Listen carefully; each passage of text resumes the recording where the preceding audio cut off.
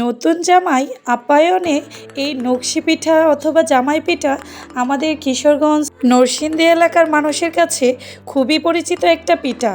যখন মেয়ের বিয়ে হয়, নতুন জামাই বাড়িতে আসে, তখন খুবই জাঁকজমকভাবে এই পিঠার আয়োজন করা হয়।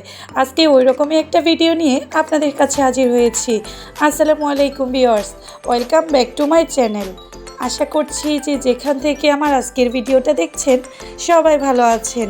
আলহামদুলিল্লাহ, আমিও ভালোই আছি। আপনাদের সাথে আজকে খুবই সুন্দর একটা পিঠার রেসিপি নিয়ে চলে এসেছি। একটা পিঠা দিয়ে কিভাবে 4টা পিঠা তৈরি করি সেটাই আজকের ভিডিওতে থাকছে। আর মূলত যখন নতুন জামাই বাড়িতে আসে, এরকম বড় করে পিঠা বানিয়ে তারপর এটা কেটে 4টা পিঠা তৈরি করা হয়। আমার সম্পূর্ণ ভিডিওটা দেখার অনুরোধ রইল। কিভাবে চালের গুঁড়ি দিয়ে ডো করতে হয় সেটা আমি আগেও ভিডিওতে দেখিয়েছি, তাই এটা আর দেখালাম না। কেউ যদি আমার আগের ভিডিওগুলো দেখে না থাকেন তাহলে অবশ্যই কিন্তু দেখে আসতে পারেন। জানি না ক্যামেরাতে কতটা বোঝা যাচ্ছে, এখন যে রুটিটা বেলে নিয়েছি এটা কিন্তু মোটামুটি অনেকটাই বড়। আর এটা বেলে নিয়ে তারপরে আমি এর মধ্যে একটু সয়াবিন তেল দিয়ে দিয়েছি, যাতে করে এটার উপরে যে ডিজাইন অথবা কাজগুলো করব সেটা যেন খুব সুন্দর করে ফুটে ওঠে। শহরে থাকি বলে পিঠা তৈরি করতে পারবো না এরকম কিন্তু নয়। দেখতে পাচ্ছেন খেজুরের কাঁটা ছাড়া একটা মোছনা দিয়ে আমি কিভাবে ডিজাইনগুলো এঁকে নিচ্ছি।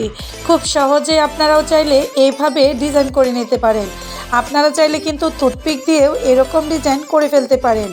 আমি একটা যোগ চিহ্নর মতো দিয়ে দিয়েছি প্রথমে। এখন যে 4টা পার্ট হয়েছে, আমি 4টা পার্টে দেখতেই পাচ্ছেন 4 রকম করে ডিজাইন এঁকে নেব। এইটা আপনাদের পছন্দ মতো। যেহেতু আমি খুব ভালো একটা রাঁধুনি নই, যতটুকুই পারি ততটুকুই আলহামদুলিল্লাহ আপনাদের কাছে চেষ্টা করি আমার এই অল্প অল্প ধারণাগুলো আপনাদের সাথে শেয়ার করার জন্য, যাতে করে যারা আমার থেকেও একদম আরেকটু কম পারেন, একদম নতুন রাঁধুনি, তারা যেন খুব সহজেই এই যে নকশি পিঠা অথবা জামাই পিঠা তৈরি করে ফেলতে পারেন। এখন আমার আঁকা শেষ হয়ে গিয়েছে, একটা টুথপিক নিয়ে নিয়েছি। আর কিভাবে টুথপিকের সাহায্যে ডিজাইনটা করে নিচ্ছি জিগজ্যাগ করে, সেটা কিন্তু আপনাদের দেখে বুঝে নিতে হবে। আর ডোটা এত সুন্দর হয়েছিল, কাজগুলো কিন্তু খুবই স্মুথ হচ্ছিল। জানি না ক্যামেরাতে এতটা বোঝাতে পারছি কি না, কিন্তু এই কাজগুলো কিন্তু আপনাদের দেখেই বুঝে নিতে হবে। আমি মোছনা দিয়েও একটু ডিজাইন করে আপনাদের শেয়ার করব। যারা এই টুথপিক অথবা খেজুর কাঁটা দিয়ে ডিজাইন করতে পারেন না, তারা চাইলে মোছনা দিয়ে খুব সহজেই ডিজাইন করে নিতে পারেন। এই যে দেখতেই পাচ্ছেন আমি কিভাবে কাজগুলো করছি। এই পর্যায়ে এসে আপনাদের কাছে ছোট্ট একটা অনুরোধ, যারা আজকে প্রথম আমার ভিডিওটা দেখবেন তারা চাইলে আমার চ্যানেলটাকে সাবস্ক্রাইব করে বেল আইকনটা বাজিয়ে দিতে পারেন, যাতে করে নতুন ভিডিও দেওয়ার সাথে সাথেই নোটিফিকেশানটা আপনাদের কাছে পৌঁছে যায়। আর ইতিমধ্যে যারা এই কাজটা করে ফেলেছেন তাদেরকে তো অসংখ্য অসংখ্য ধন্যবাদ। আমার আপু ভাইয়ারা এত সুন্দর সুন্দর কমেন্টস করে যে আমি আরও নতুন নতুন কাজ করার আগ্রহ পাই। যেহেতু আমি হ্যান্ড পেইন্ট করতে বেশি পছন্দ করি, আর আমার চ্যানেলটা মূলত ব্লগ এবং হ্যান্ড পেইন্ট, তাই মাঝে মাঝে চেষ্টা করি আপনাদের সাথে একটু রান্নাবাড়া শেয়ার করার জন্য। আমি খুব একটা রেসিপি দেই না, তারপরেও পিঠা বানাতে আমার কাছে খুবই ভালো লাগে। যেহেতু শীত চলে এসেছে, তাই নানা ধরনের পিঠা তৈরি করব। চেষ্টা করব মাঝে মাঝে আপনাদের সাথে 1-2টা রেসিপি শেয়ার করার জন্য, যাতে করে যারা নতুন রাঁধুনি আছেন তারা খুব সহজেই নতুন নতুন পিঠাগুলা একদম সহজভাবে তৈরি করে নিতে পারেন। এই যে দেখতেই পাচ্ছেন আমার 4টা পিঠার কাজই কিন্তু শেষ হয়ে গিয়েছে।